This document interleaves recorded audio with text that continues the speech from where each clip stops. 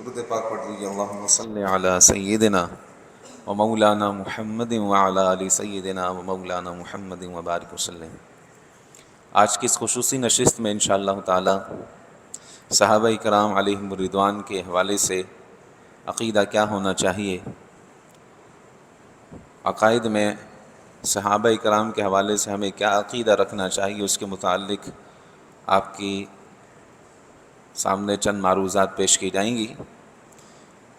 قبل اس کے کہ درس شروع کیا جائے، پچھلے درس کا خلاصہ بیان کر دیتے ہیں کہ پچھلے درس میں ہم نے آپ کے سامنے کیا بیان کیا تھا۔ پچھلے درس میں ہم نے کفریہ کلمات سے متعلق سوالاً جواباً اس کا ذکر کیا تھا کہ کیا کیا کلمات کفریہ ہیں اور ان کا علم کیوں ضروری ہے۔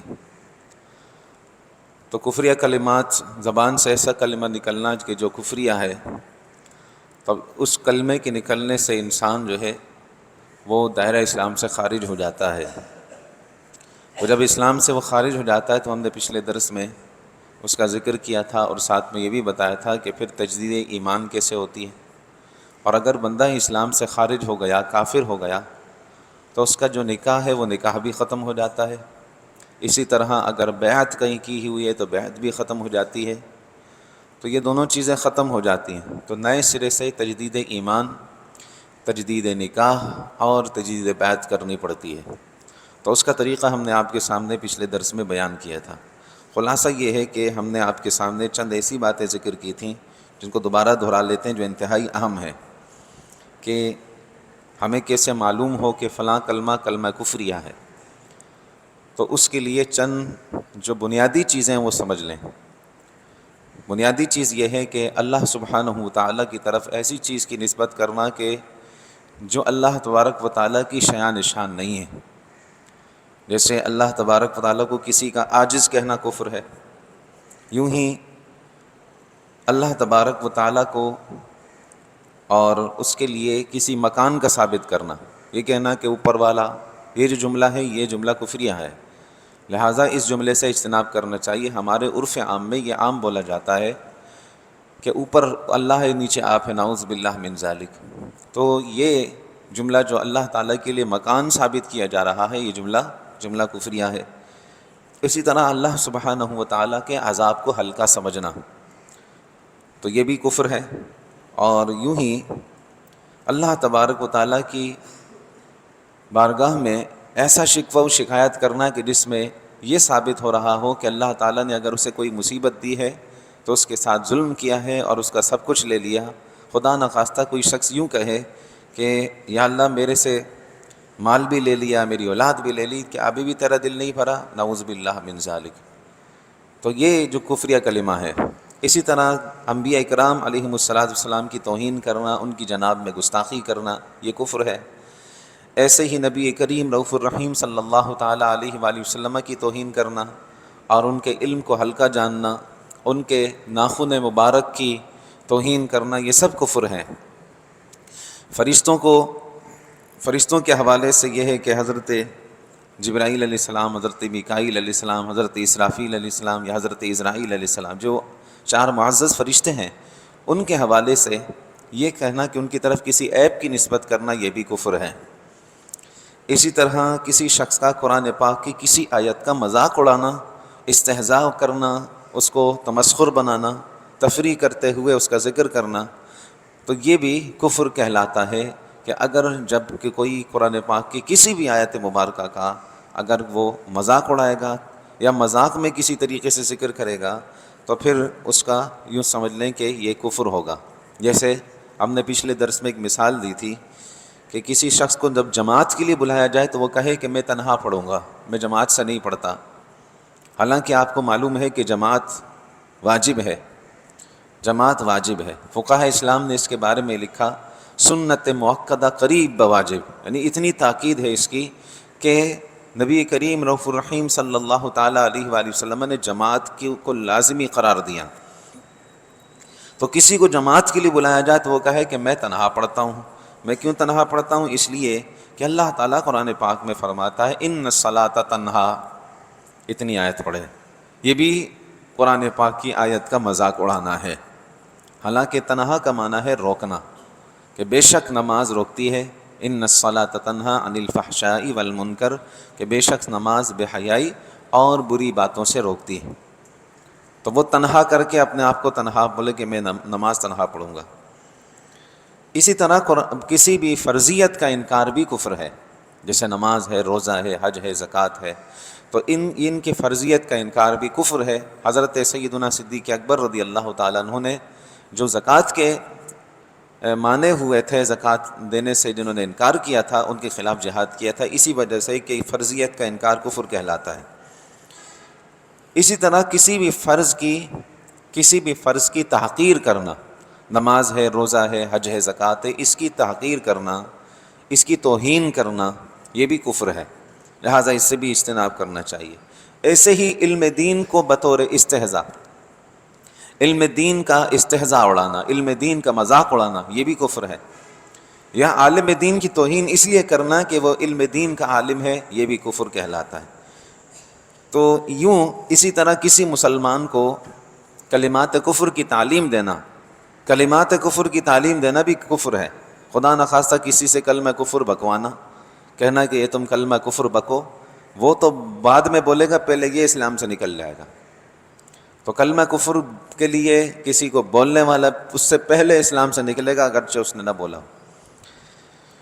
تو یہ چند باتیں آپ کے سامنے ہم نے پچھلے درس کا ہم نے خلاصہ یہاں ذکر کر دیا، بیان کی تھیں، اور اللہ کریم کی بارگاہ میں دعا ہے کہ اللہ تعالی ہمیں ان باتوں سے محفوظ فرمائے اور ہماری ایمان کی حفاظت فرمائے۔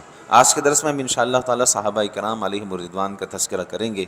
صحابی وہ ہے کہ جس نے ایمان کی حالت میں رسول اللہ صلی اللہ علیہ وآلہ وسلم کے چہرہ مبارک کو دیکھا ہو، دیدار کیا ہو، اور اس کا خاتمہ بھی ایمان پر ہوا ہو۔ تمام کے تمام صحابہ کرام اہل سنت کے نزدیک یہ سب کے سب جنتی ہیں۔ جو یہ نعرہ لگایا جاتا ہے ہر صحابی نبی جنتی جنتی، یہ بالکل درست نعرہ ہے کہ اہل سنت کے نزدیک جو صحابی ہے وہ جنتی ہیں۔ صحابہ کرام علیہم الرضوان نے بڑی دین اسلام کے لیے صعوبتیں برداشت کیں، دور دراز سے سفر کیے، اور اس دین کی اشاعت اور اس کی ترویج کے لیے انہوں نے بڑی محنتیں کی ہیں، جد و جہد کر کے ہم تک یہ دین اسلام پہنچایا ہے۔ نبی کریم رؤوف الرحیم صلی اللہ تعالیٰ علیہ وآلہ وسلم کی بارگاہ سے براہ راست فیض حاصل کرنے والے صحابہ کرام ہیں، اور حضور علیہ السلام کا وصال ظاہری تو 10 ہجری میں ہو گیا تھا۔ ہجرت کے 10ویں سال سرکار دو جہاں صلی اللہ علیہ وسلم نے وصال فرمایا۔ آج 1445 ہجری چل رہا ہے، تو یوں سمجھ لیں 1435 سال ہو گئے کہ سرکار دو جہاں صلی اللہ علیہ وسلم کے یہ غلام، حضور کے یہ صحابہ، انہوں نے جو دین پھیلایا ہے وہ من و عن ہم تک پہنچا ہے، سلسلہ در سلسلہ ہوتے ہوئے ہم تک پہنچا ہے۔ تو صحابہ کرام علیہم الرضوان کی شان یہ ہے کہ اللہ تعالیٰ ان کے بارے میں ارشاد فرماتا ہے رضی اللہ عنہم ورضوا عنہ، کہ اللہ ان سے راضی ہوا اور یہ اللہ سے راضی ہوئے۔ تو صحابی کسے کہتے ہیں؟ کہ صحابی وہ ہے کہ جس نے ایمان کی حالت میں رسول اللہ صلی اللہ تعالیٰ علیہ وآلہ وسلم کو دیکھا ہو اور اس کا خاتمہ ایمان پر ہی ہوا ہو، اس بزرگ ہستی کو کیا کہتے ہیں؟ صحابی۔ کوئی بھی شخص اپنی عبادت و ریاضت سے، تقوی سے، پرہیزگاری سے ولی تو بن سکتا ہے، صحابی نہیں بن سکتا۔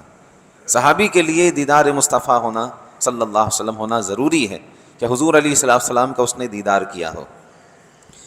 اچھا، صحابہ کے بارے میں ہمارا عقیدہ کیا ہونا چاہیے؟ تو صحابہ اکرام علیہم الرضوان کے حوالے سے ہمارا عقیدہ یہ ہونا چاہیے کہ تمام صحابہ اہل خیر ہیں، تمام صحابہ عادل ہیں، اور ان کا جب بھی ذکر کیا جائے گا ان کا ذکر جو ہے وہ خیر کے ساتھ ہونا فرض ہے، لازم ہے کہ جب بھی ان کا ذکر ہوگا ان کا ذکر خیر ہے۔ شرح عقائد نصفیہ کے اندر یہ بات بیان کی گئی ہے کہ صحابہ کرام کے بارے میں یہ عقیدہ رکھنا کہ وہ سب اہل خیر ہیں اور عادل ہیں، اور سب کا ذکر خیر کے ساتھ کرنا یہ فرض اور لازم ہے۔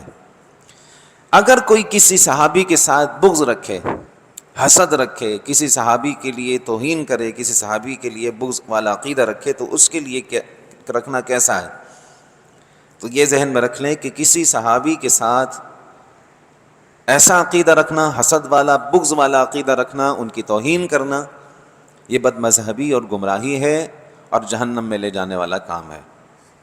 کسی ایک صحابی کی بھی گمراہی، کسی ایک صحابی کی بھی توہین، کسی ایک صحابی کے لیے بھی بغض و عناد کا اظہار اور ان کی گستاخی، یہ براہ راست رسول اللہ صلی اللہ علیہ وآلہ وسلم کی گستاخی ہے، اور حضور اقدس صلی اللہ تعالیٰ علیہ وآلہ وسلم کی بارگاہ سے یہ فیض یافتہ ہیں۔ تو اگر صحابہ کا بغض ہے تو وہ در حقیقت رسول اللہ صلی اللہ علیہ وسلم کا بغض ہے، کہ صحابہ کرام براہ راست اپنی ذاتی حیثیت میں تو ان کا کوئی مقام نہیں تھا، جب رسول اللہ صلی اللہ علیہ وآلہ وسلم کے دامن سے وابستہ ہوئے تو اللہ تعالیٰ نے ان کی شان بڑھا دی۔ تو شان تو حضور کے صدقے میں بڑی ہے، شان تو رسول اللہ صلی اللہ علیہ وآلہ وسلم کی وجہ سے ان کی بڑی، اور اللہ تعالیٰ نے انہیں رضی اللہ عنہم ورضوا عنہ کا تاج پہنایا۔ تو اب اگر کوئی کسی صحابی کے لیے کوئی ہلکا جملہ استعمال کرے گا، کسی صحابی کی توہین کرے گا، تو براہ راست رسول اللہ صلی اللہ علیہ وسلم کی توہین کہلائے گی۔ تو ایسا شخص کہ جو صحابہ سے بغض رکھے، صحابہ کی توہین کرے، کسی ایک صحابی کی بھی، کیونکہ جز کی توہین کل کی توہین ہے، ایک صحابی کی توہین تمام صحابہ کرام کی توہین ہے۔ تو فرمایا کہ ایسا شخص کہ جو صحابہ کے لیے بغض و عناد رکھے، وہ صحابی، وہ رافضی ہے، اگرچہ چاروں خلفاء کو مانتا ہو، اگرچہ وہ اپنے آپ کو سنی کہلاتا ہو، لیکن صحابی کی شان میں گستاخی کرے گا تو پھر وہ دائرہ اسلام سے خارج سمجھا جائے گا، وہ رافضی ہے۔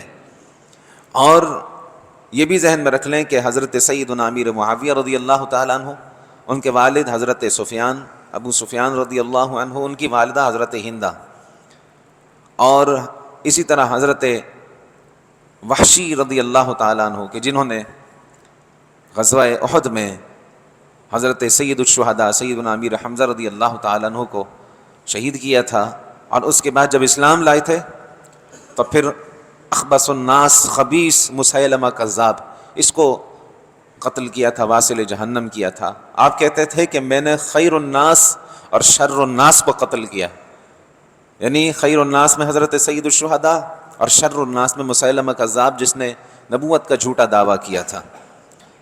تو ہمارا یقین اور عقیدہ ہے کہ دین اسلام، جب انسان دین اسلام میں داخل ہوتا ہے، اسلام قبول کرتا ہے، تو اس کے پچھلے سارے گناہ معاف ہو جاتے ہیں۔ یہی ہمارا عقیدہ ہے، نظریہ ہے۔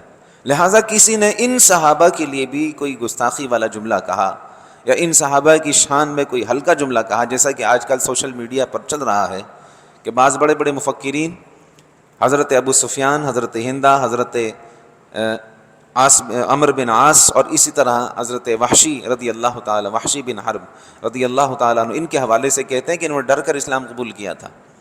ظاہراً تو یہ مسلمان تھے، اندر سے نعوذ باللہ من ذالک ان کے دل کافروں کے ساتھ ملے ہوئے تھے۔ ایسا نہیں ہے، ایسا نہیں ہے، بلکہ نہ ہی ان کے دلوں میں کوئی رنجشیں تھیں، نہ ہی ان کے دلوں میں، بلکہ اللہ تعالیٰ قرآن پاک میں کیا فرماتا ہے؟ محمد الرسول اللہ صلی اللہ علیہ وسلم، محمد صلی اللہ علیہ وسلم اللہ کے رسول ہیں۔ والذین معہ اشداء علی الکفار رحماء بینہم، اور جو ان کے ساتھ ہیں یہ کفار پر سخت ہیں اور آپس میں رحیم ہے، یعنی آپس میں ان کے دل ملے ہوئے ہیں۔ رنجشیں نہیں ہے کہ اسلام سے پہلے فلاں قبیلے کا کوئی شخص تھا تو وہ اسلام لانے کے بعد رسول اللہ صلی اللہ علیہ وسلم کی ظاہری وفات کے بعد دشمن ہو گئے اور انہوں نے اپنے بدلے لیے، نعوذ باللہ من ذالک، ایسا نہیں ہے، ٹھیک ہے؟ تو صحابہ کرام علیہم الرضوان کے لیے یہی عقیدہ رکھنا کہ سب کے سب اہل خیر ہیں اور عادل ہیں، اور ان کا ذکر خیر کے ساتھ ہی کیا جائے گا۔ تو کسی بھی صحابی کی شان میں گستاخی یہ گمراہی ہے، اور اس کا قائل کہنے والا یہ رافضی ہے۔ اگرچہ حضرات شیخین رضی اللہ تعالی عنہما کی توہین ان کی مثل نہیں ہے، لیکن پھر بھی کسی صحابی کی توہین یہ کیا ہے؟ یہ توہین اس لیے ہے کہ یہ رافضی کرتے ہیں اس طرح کی توہین، اور حضرات خلفائے راشدین کی اگر توہین کی اور ان کی خلافت کا انکار کیا تو اس کے حوالے سے سنن ترمذی شریف کتاب المناقب باب من سب اصحاب النبی صلی اللہ علیہ وسلم اور اسد الغابہ فی معرفت صحابہ، اس کی دوسرے جز کے اندر بیان کیا گیا کہ ان کی خلافت سے انکار ہی فقہاء کرام کے نزدیک کفر ہے۔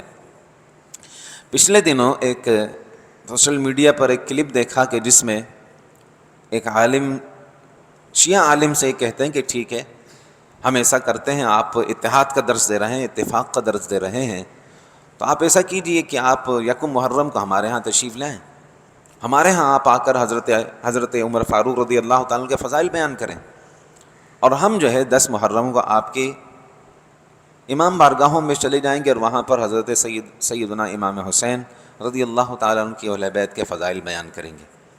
اس پر اس نے کیا کہا؟ اس نے کہا کیسے ہو سکتا ہے یہ؟ ہم تو مانتے ہی نہیں حضرت عمر کو، یہ کیسی بات کر رہے ہیں کہ ہم تو حضرت عمر کو مانتے ہی نہیں ہیں۔ براہ راست کہا یہ جملہ، ہم تو حضرت عمر کو مانتے ہی نہیں ہیں۔ حضرت عمر کی شان یہ ہے کہ حضرت عمر تمام صحابہ حضور کے مرید ہیں، اور حضرت عمر مراد رسول صلی اللہ علیہ وسلم، سرکار اسلام نے ان کے لیے دعا فرمائی تھی، اور وہ کیا کہہ رہے ہیں کہ ہم تو مانتے ہی نہیں، تو ہم کیسے ان کے فضائل بیان کریں گے؟ یہ تو عجیب بات کر رہے ہیں آپ۔ تو اس سے معلوم یہ ہوا کہ جو اتحاد اور اتفاق کا چورن بیچا جا رہا ہے یہ صرف ظاہراً ہے، یہ زبانی ہے، اندر سے دل وہی سیاہ ہیں۔ جو ظاہراً کالا لباس پہنا ہوا ہے اندر سے بھی کالے ہی ہیں۔ یہ کہتے ہیں نا کہ ہم صحابہ، ہاں جو ان کے نزدیک صحابہ ہیں، جو ان کے نزدیک صحابہ ہیں، ان کی سوچ، ان کی عقل، ان کی خیرت، وہ صحابہ ہیں، ان کے ہم بیان کریں گے۔ حضرت سلمان ہو گئے اور دیگر انہوں نے صحابہ کا نام لیا۔ تو یہ حضرت عمر رضی اللہ تعالیٰ عنہ کیا ان کے نزدیک صحابہ نہیں ہیں؟ صحابی میں شامل نہیں ہیں؟ ان کی شان یہ دیکھیے۔ وہ حضرت پیر نصیر صاحب نے بڑا خوب لکھا تھا کہ کیوں بگڑتا ہے پہلو میں سلائے ہوئے ہیں، نام ابو بکر عمر کا آ جاتا ہے لب پر، تو کیوں بگڑتا ہے وہ پہلو میں سلائے ہوئے ہیں، کہ کیوں تجھے تکلیف ہوتی ہے ان کا نام سن کر۔ یہ بات سرکار دو جہاں صلی اللہ علیہ وسلم فرمائی تھی، عمر جس راستے سے گزرتا ہے شیطان وہاں سے بھاگ جاتا ہے، جس راستے سے عمر گزرتا ہے تو شیطان وہاں سے بھاگ جاتا ہے۔ فرمایا کہ اگر میرے بعد کوئی نبی ہوتا نہ وہ عمر ہوتے۔ یہ کتنی بڑی شان ہے، ترجمان نبی، ہم زبان نبی۔ حضور نبی کریم صلی اللہ علیہ وسلم کی بارگاہ میں آپ اپنی عرض پیش کرتے، اللہ تعالیٰ انہی الفاظ میں آیات بینات نازل فرما دیتا۔ تو یہ آپ کی شان ہے، اور وہ آپ کے بارے میں یہ جملہ کہے کہ ہم تو مانتے ہی نہیں، نعوذ باللہ۔ تو اسی وجہ سے اہل سنت کا اختلاف رہتا ہے کہ یہ صحابی اہل بیت سے تو محبت کا دم بھرتے ہیں، لیکن صحابہ اکرام علیہم الرضوان کے لیے نازیبہ جملہ کہتے ہیں۔ ایسے ہی ہمارے کچھ سنی حضرات بھی اس میں مبتلا ہیں، اور وہ حضرت سیدنا امیر معاویہ رضی اللہ تعالیٰ عنہ کے حوالے سے بڑا خطرناک لہجہ رکھتے ہیں۔ وہ تاریخ کی کتابیں پڑھتے ہیں، تاریخ کی کتابیں پڑھنے کے بعد وہ کہتے ہیں کہ ہمیں تو علماء نے بتایا ہی نہیں، حضرت امیر معاویہ نے تو گالیاں دی ممبروں پر بیٹھ کر حضرت علی کو، نعوذ باللہ، اور وہ غلط غلط تشریحات اس طرح کی کرتے ہیں۔ بہرحال یہ بات ذہن میں رکھ لیں کہ جو صحابی ہیں ان کا مقام اور مرتبہ بلند ہے، ہزاروں نہیں، لاکھوں نہیں، کروڑوں غوث بھی مل کر کسی ایک ادنا درجے کے صحابی کے مرتبے تک نہیں پہنچ سکتے۔ اچھا، اب اگر یہ بات ذہن میں رکھنے ایک سوال یہ کہ صحابہ کرام کے جو آپسی اختلافات تھے، ان اختلافات کے بارے میں ہمارے لیے کیا حکم ہے، اور ایک کی طرفداری کرتے ہوئے دوسرے کو برا بھلا کہنا، اس طرح کہنے والے کے لیے کیا حکم ہے۔ تو یہ بات ذہن میں رکھ لیں کہ جو صحابہ کرام علیہم الرضوان کے آپس میں واقعات ہوئے، بہار شریعت کے پہلے حصے میں اس بات کو بیان کیا صاحب بہار شریعت نے کہ صحابہ کرام علیہم الرضوان کے جو باہم واقعات ہوئے، مشاجرات صحابہ ہوئے، آپس میں اختلاف ہوئے، فرمایا ان میں پڑھنا سخت حرام حرام حرام ہے۔ آپس میں ان کے معاملات میں پڑھنا کہ فلاں صحابی کا فلاں صحابی کے لیے یہ ذہن تھا، فلاں صحابی کا فلاں سے اختلاف تھا، اور وہ اس اختلاف کی وجہ سے یہ کام کیا، تو ان میں پڑھنا حرام حرام سخت حرام ہے۔ اور آگے ارشاد فرمائے مسلمانوں کو تو یہ دیکھنا چاہیے کہ وہ سب حضرات آقائے دو جہاں صلی اللہ علیہ وسلم کے جانثار اور سچے غلام ہیں۔ ہمیں صرف یہی دیکھنا چاہیے، ہمیں ان کے معاملات میں نہیں پڑھنا چاہیے۔ یہاں ایسا ہوتا ہے کہ دو پارٹیاں بن جاتی ہیں۔ وہ پارٹیاں یوں بنتی ہیں کہ بولتے ہیں ہم علی والے ہیں، ہم علی والے ہیں، لہذا حضرت امیر معاویہ کے لیے وہ جملے جو استعمال کرتے ہیں الامان والحفیظ، حضرت مولا علی کی طرفداری میں حضرت امیر معاویہ رضی اللہ تعالیٰ کے لیے ایسے نازیبہ جملہ استعمال کرتے ہیں کہ اللہ اکبر۔ تو صحابی کی توہین آپ نے سمجھ لیا کہ پوری جماعت کی توہین ہے۔ تو اب یہ صحابہ کرام علیہم الرضوان وہ جنتی ہیں، ان کے لیے اس طرح کے جملے استعمال کرنا، اعلیٰ حضرت امام اہل سنت نے اس حوالے سے بیان فرمایا کہ حق بدستے ہے درے کرار۔ حضرت مولا علی کرم اللہ تعالی وجہ الکریم کا مقام اور آپ کا مرتبہ حضرت امیر معاویہ سے ہزاروں نہیں لاکھوں درجے بلند ہیں، آپ بہت بلند مرتبے پر ہیں۔ جیسے قرآن پاک میں اللہ تعالیٰ نے انبیاء کرام کے درجات بیان فرمائے، تلک الرسل فضلنا بعضهم علی بعض، کہ یہ رسول ہیں کہ جن کو ہم نے بعض کو بعض پر فضیلت دی ہے۔ ایسے ہی وہ صحابہ کرام کے جو فتح مکہ سے پہلے اسلام لے کر آئے، اور وہ جو فتح مکہ کے بعد لے کر آئے، وہ جنہوں نے فتح مکہ سے پہلے خرچ کیا، وہ جنہوں نے فتح مکہ کے بعد خرچ کیا، برابر نہیں ہیں۔ ان میں مراتب ہیں، ان میں درجات ہیں، اور ان کی ترتیب وہی ہے کہ جو حضرت سیدنا ابو بکر صدیق رضی اللہ تعالیٰ سے ترتیب چلتی ہوئی آ رہی ہے۔ تمام مخلوق میں انبیاء کرام کے بعد اگر کوئی افضل ہے تو اہل سنت کے نزدیک کون ہے؟ افضل البشر بعد الانبیاء حضرت سیدنا ابو بکر صدیق رضی اللہ تعالیٰ عنہ۔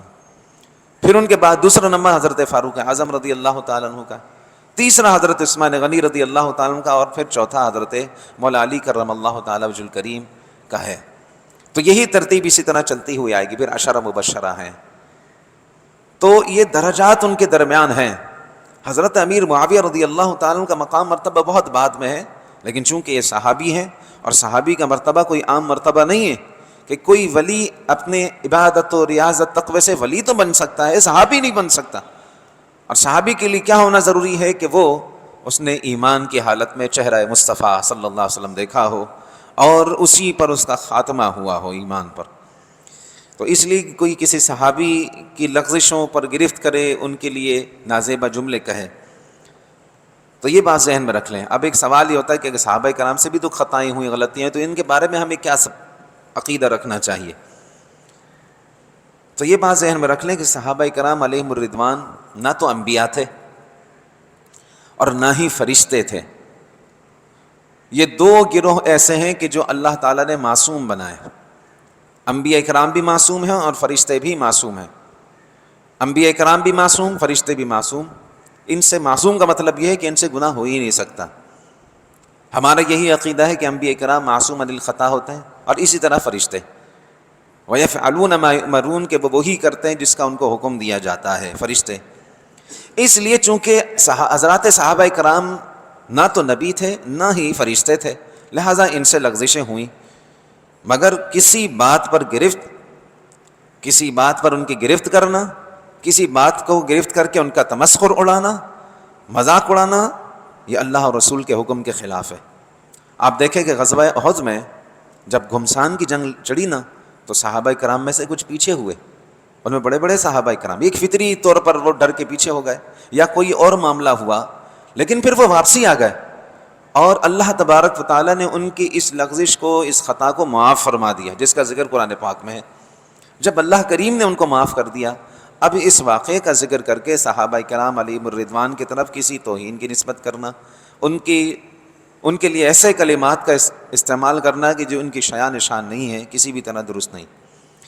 بلکہ سورہ حدید میں تو اللہ تبارک و تعالیٰ نے صحابہ کرام کی دو قسمیں بیان فرما دی، ایک وہ جو فتح مکہ سے قبل ایمان لائے، اور دوسرے وہ جو فتح مکہ کے بعد۔ اور بعد میں اللہ تعالیٰ نے کیا ارشاد فرمایا؟ وَكُلًّا وَعَدَ اللَّهُ الْحُسْنَى، اللہ تعالیٰ نے سب کے ساتھ اچھا وعدہ فرمایا ہے۔ تو بس جب اللہ تعالیٰ نے سب کے لیے بھلائی کا وعدہ فرما لیا، تو ہم اور آپ کون ہوتے ہیں کہ کسی کو تولنے والے، کسی کے لیے بولنے والے؟ ہاں، صحابہ کرام کے درمیان مراتب ضرور ہیں۔ حضرت مولا علی کرم اللہ تعالیٰ وجہ الکریم کے بارے میں اعلیٰ حضرت امام اہل سنت بیان فرماتے ہیں، حق بدستے حیدر کرار، کہ کسی بھی معاملے پر جب بھی حضرت علی کرم اللہ تعالیٰ وجہ الکریم کے مقابلے میں کوئی صحابی آیا، تو حق جو ہے حضرت مولا علی کے ساتھ رہا۔ حضرت سیدہ عائشہ اگر مقابلے میں آئے تو اس میں حق پر حضرت مولا علی تھے۔ حضرت امیر معاویہ رضی اللہ تعالیٰ عنہ کو مقابلے پر آئے تو تب بھی حق کس کے ساتھ تھا؟ حضرت علی کرم اللہ تعالیٰ وجہ الکریم کے ساتھ۔ حق بدست حیدر کرار، لیکن امیر معاویہ بھی ہمارے سردار، اور پھر آگے فرماتے ہیں تان ان پر کار فجار، کہ ان پر تان و تشنیع کرنا یہ ایک فجار کا طریقہ ہے، یہ اہل ایمان کا طریقہ نہیں ہے۔ اسی طرح یہ بھی ذہن میں رکھ لیں کہ حضرت سیدنا امیر معاویہ رضی اللہ تعالیٰ عنہ کے متعلق جو اہل سنت کا عقیدہ ہے وہ سمجھ لیں۔ صحیح بخاری شریف کی پہلی جلد میں حضرت عبداللہ ابن عباس رضی اللہ تعالیٰ عنہ کی بارگاہ میں ایک سوال کیا گیا۔ وہ یہ سوال کیا گیا کہ آپ 3 رکعت وتر پڑھتے ہیں، وہ تو حضرت امیر معاویہ جو امیر المومنین تھے وہ تو 1 رکعت پڑھتے تھے۔ تو حضرت عبداللہ ابن عباس رضی اللہ تعالیٰ عنہ نے جواب دیا دعہ فَإِنَّهُ قَدْ صَحِبَ رسول اللہ صلی اللہ علیہ وسلم، کہ آپ ان کو چھوڑ دیں کہ وہ رسول اللہ صلی اللہ علیہ وسلم کی صحبت انہوں نے اٹھائی تھی تو وہ ان کا معاملہ۔ اس سے یہ معلوم ہوا کہ حضرت امیر معاویہ رضی اللہ تعالیٰ عنہ مجتہد ہیں، اہل خیر میں سے ہیں، اس لیے تو حضرت عبداللہ ابن عباس رضی اللہ تعالیٰ عنہ کے لیے ارشاد فرمایا۔ حضرت عمر بن عبد العزیز زبردست خلیفہ گزرے ہیں، اور ان کے زمانے میں حضرت فاروق اعظم رضی اللہ تعالیٰ عنہ کے دور کی یاد تازہ ہوتی تھی۔ حضرت عمر بن عبد العزیز رضی اللہ تعالیٰ عنہ، حضور غوث پاک شیخ عبد القادر جیلانی رضی اللہ تعالیٰ عنہ سے کسی نے پوچھا کہ کیا حضرت عمر بن عبد العزیز افضل ہیں یا حضرت امیر معاویہ رضی اللہ تعالیٰ عنہ؟ تو آپ نے بیان فرمایا کہ حضرت امیر معاویہ نے رسول اللہ صلی اللہ علیہ وسلم کی صحبت اٹھائی ہے اور حضور علیہ الصلوۃ والسلام کے ساتھ چلے ہیں۔ جس گھوڑے پر حضرت امیر معاویہ سوار ہوئے اور انہوں نے اپنے گھوڑے کو ایڑ لگائی اور زمین سے گرد و غبار اٹھ کر اس گھوڑے کی ناک میں گئی، فرمایا حضرت عمر بن عبد العزیز اس گھوڑے کے اندر جو گرد و غبار گیا نا ناک میں، اس کے برابر بھی نہیں ہے۔ تو اللہ تبارک تعالیٰ نے صحابہ کرام کی شان کو بلند فرمایا، ان کی شان کو بیان فرمایا۔ تو ہمیں یہ حدیث پاک سے صحیح بخاری کتاب فضائل اصحاب النبی صلی اللہ علیہ وسلم بابو ذکر معاویہ رضی اللہ عنہ، اس میں جو بیان کر دیا کہ دعہ فإنہ قد صحب رسول اللہ صلی اللہ علیہ وسلم، کہ ان کے بارے میں ان کو چھوڑ دیجئے کہ انہوں نے رسول اللہ صلی اللہ علیہ وسلم کی صحبت اٹھائی ہے اور آپ کے صحابی ہیں۔ تو ہم نے آپ کے سامنے یہ بھی بیان کر دیا کہ حضرت علی اور حضرت امیر معاویہ رضی اللہ تعالیٰ کے حوالے سے ہمیں کیا عقیدہ رکھنا چاہیے۔ حق بدست حیدر کرار، حق کس کے ساتھ ہے؟ حضرت علی کے ساتھ۔ بولیے، حق کس کے ساتھ ہے؟ حضرت علی کے ساتھ۔ اور حضرت امیر معاویہ رضی اللہ تعالیٰ عنہ یہ بھی ہمارے سردار، حق بدست حیدر کرار، لیکن امیر معاویہ بھی ہمارے سردار، صحابی رسول ہیں۔ اب ان کے لیے وہ باتیں سوچ کر ان کے مقابلے کے لیے کہ بعض جو ہے وہ سید زادے ہیں، وہ حضرت امیر معاویہ کو گالیاں دینا شروع کرتے ہیں اور یہ کہتے ہیں کہ اچھا ہمارے جد اعلیٰ سے انہوں نے مقابلہ کیا تھا تو اب ہم ان کی اولاد آئیں، اب ہم جو ہے ان کے خلاف بات کریں گے۔ تو حضور غوث پاک شیخ عبد القادر جیلانی کیا سید نہیں ہے؟ حسنی حسینی سید ہیں، اور اس کے باوجود حضرت امیر معاویہ رضی اللہ تعالیٰ کے حوالے سے کتنے محتاط انداز میں بیان فرماتے ہیں۔ اسی طرح ہمیں بھی احتیاط رکھنی چاہیے کہ حضرت امیر معاویہ رضی اللہ تعالیٰ عنہ کے حوالے سے کوئی ایسا جملہ جو ان کی شایع نشان نہیں ہے وہ نہیں بولنا چاہیے، وہ صحابی رسول ہیں۔ بعض لوگ کہتے ہیں کہ جب حضرت علی کا ذکر ہو تو ان کے مقابلے میں جب بھی حضرت امیر معاویہ کا ذکر کیا جائے تو ان کے ساتھ رضی اللہ عنہم نہیں لگایا جائے۔ تو اس کا جواب دیتے ہوئے فرماتے ہیں کہ حضرت مولا علی کرم اللہ تعالی وجہ الکریم کے ساتھ جب حضرت امیر معاویہ کا ذکر کیا جائے گا تو رضی اللہ عنہم، بعض کہتے ہیں نہیں لگانا چاہیے۔ فرماتے ہیں کہ یہ محض باطل ہے اور بے اصل ہے، اور علماء کرام نے صحابہ کرام کے اسماء طیبہ کے ساتھ، ان کے خوبصورت ناموں کے ساتھ رضی اللہ عنہم لگایا ہے، اور یہ استثنائی شریعت اگر کوئی یہ بات کہے گا کہ حضرت امیر معاویہ کے لیے رضی اللہ عنہم نہیں لگانا چاہیے۔ دیکھیے اہل تشیع جو ہے وہ حضرت امیر معاویہ کا نام بھی نہیں لیتے، وہ کہتے ہیں امیر شام۔ اور اب بعض ہمارے سنی بھی ان کے اس جال میں پھنس کر صحابی کی شان میں نازیبہ کلمات کہتے ہیں۔ وہ پڑھ لیتے ہیں، وہ احادیث بخاری شریف میں بھی احادیث ہیں، وہ پڑھ لیتے ہیں، تاریخی واقعات پڑھ لیتے ہیں، پڑھنے کے بعد وہ آ جاتے ہیں ہمیں تو کچھ بتایا ہی نہیں۔ اب ہر بات تو آپ کو نہیں بتائی جا سکتی، کہیں آپ راہ ہدایت سے نہ بھٹک جائیں۔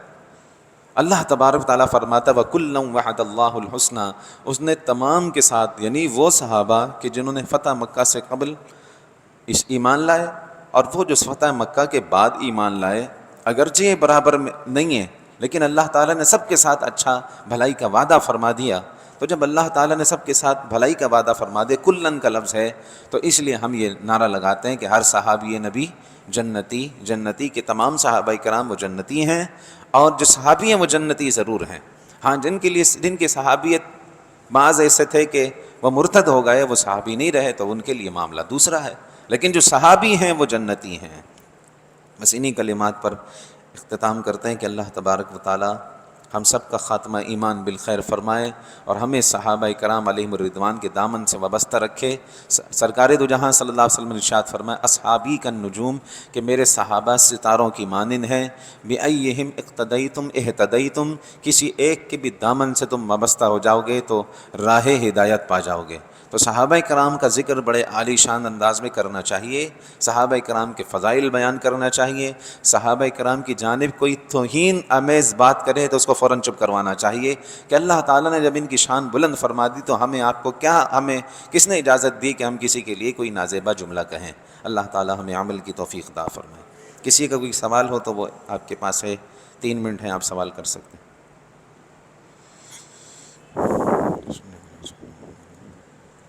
چلے دعا کر لیتے ہیں۔ الحمدللہ رب العالمین والصلاة والسلام على اشرف الانبیاء وسید المرسلین وعلى آلہ وصحبہ اجمعین۔ اللہم ربنا زدنا علما نافعا وعملا صالحا ولسانا ذاکرا وقلبا خاشعا وبدنا صابرا ورزقا واسعا۔ اللہم استرنا بسترک الجمیل فسهلنا یا الہی کل صعب بحرمت سید الابرار سهل۔ اللہم افتح علینا حکمتک وانشر علینا رحمتک یا ذا الجلال والاکرام۔ یا الہ العالمین، ہم نے جو درس دیا اسے اپنی بارگاہ میں قبول فرما، اسے یاد رکھنے دوسروں تک پہنچانے کی توفیق عطا فرما۔ اس میں ہم سے اگر کوئی غلطیاں کوتاہیاں ہوئیں اپنے فضل سے معاف فرما۔ یا الہ العالمین مالک مولا، ہم سب کو صحابہ کرام کی سچی محبت عطا فرما، ان کی سیرت پر عمل کرنے کی توفیق عطا فرما۔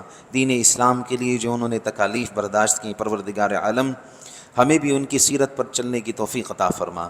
یا الہ العالمین مالک مولا، اسلام کا بول بالا فرما، دشمنان اسلام کو نیست و نابود فرما۔ یا الہ العالمین، صحابہ اکرام کی برکت سے ہماری بیماروں کو شفایابی عطا فرما، ان کی برکت سے ہماری مشکلات کو آسان فرما، ہمارے تمام صغائر کبائر ان کی برکت سے معاف فرما۔ وصلی اللہ تعالی علی حبیبہ سیدنا و مولانا محمد وآلہ وصحبہ اجمعین برحمتک۔